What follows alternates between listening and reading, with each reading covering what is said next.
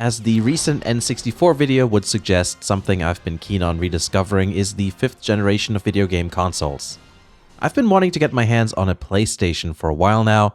There's a lot of games on that system that I've never played, so the thought of a PlayStation Classic was a really nice idea. I do have a PS2 and 3 I could easily play PS1 games with, not to mention emulators, but I really like the idea of these mini consoles. It's a very convenient way to play retro consoles and get many of the same warm, fuzzy feelings you'd get with genuine hardware. Technically, it is genuine hardware, but you know what I mean. It's not the actual original hardware. The original style packaging is another point I find very attractive, especially as a budget collector. I get a whole nother brand of excited whenever I find something that's still in its original box, even if it's incomplete or in poor condition. I also always keep my boxes. I like the graphic design, and it also serves as a reminder of the kind of marketing they were going for, which is especially evident with systems from foreign markets or redesigns where designs were often different. Do you remember that one video where the nostalgia critic and angry video game nerd had a fight? And the nerd yells, "Don't make fun of my boxes, I love boxes." Yeah, that's how I feel. Anyway, we aren't talking about boxes, not today anyway, but what I really want to talk about are the games included and not included in the PlayStation Classic. What I want out of a mini console is a large selection of games combined with modern HDMI ease of use and close to genuine hardware feel and packaging. But I think the PS Classic just falls short when it comes to its game selection. And who knows, maybe other things. I mean, I haven't played it, of course, it's not out yet.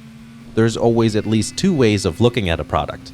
Whether you like it yourself, independent of other people's opinions, as well as how most people are going to look at it. Like everyone, I find myself sometimes liking things most others do not, but I don't find myself in that camp when it comes to the PS1 Classic game selection. And I think most people will agree that there are some strange omissions. Some of the greatest hits are there: Final Fantasy VII, Metal Gear Solid, Resident Evil, Tekken 3, and so on. I'm also happy to see the first GTA, Rayman, and Oddworld Abe's Odyssey on there. All great games that I enjoyed when I was a kid, though I played them on a computer at the time. The game I was surprised not to see on the list was Gran Turismo. How is that not in there?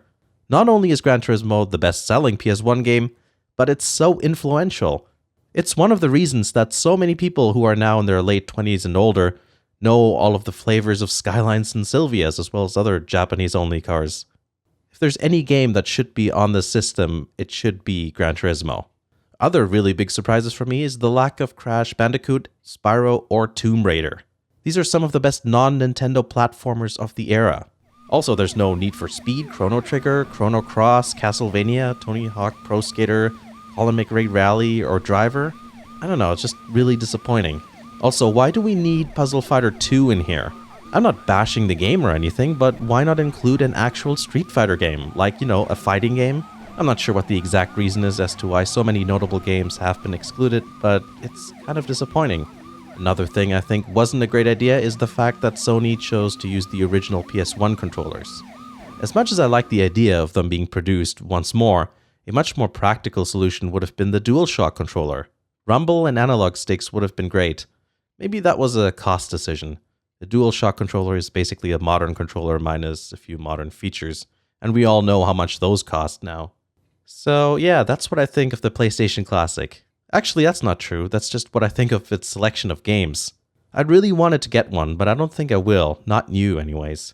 I wanted a good representation of the PS1, but it's missing too many old favorites as well as highly praised games I never got a chance to try out. Let me know what you think of the PlayStation Classic system and its games. Are you planning on getting one or not? And which games would you have liked to see? For me, the PS1 is still somewhat of an unexplored cave that still has many undiscovered gems, so I'm interested to read about the things I've been missing out on over the years. Remember to like the video if you did, subscribe if you want to see more videos. Thanks for watching, and I'll see you again in the next video.